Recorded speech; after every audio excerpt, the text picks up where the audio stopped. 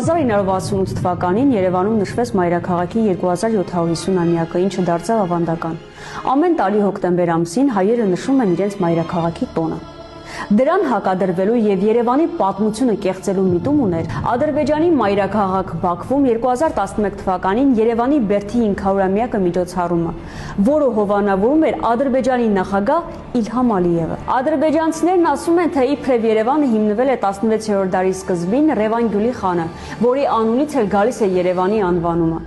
Առնվազն տգետ պետք է լինել նման բան ասելու համար, քանի որ 16-րդ դարից առաջ մի քանի տասնյակ անգամ հիշատակվում է Երևանը իր բերդով։ Հիշենք, որ դեռևս 7-րդ դարում Երևանի բերդը դիմադրում էր արաբներին, մնալով աննվաճ։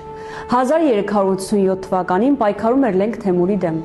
Ի վերջո, ինչպես կարող էր Երևանը հիմնվել 16-րդ դարի սկզբին եւ անվանակոչվել Ռևան Գյուլի խանի անունով, երբ դրանից 2 դար առաջ 14-րդ դարի առաջին կեսին մողոլ տիրակալները Աբուր Սաիդը եւ Անուշ Իրվանը դրամներ են թողարկել Երևան քաղաքում, նշելով դրանց վրա քաղաքի անունը։ Մի բան լավ իմացեք.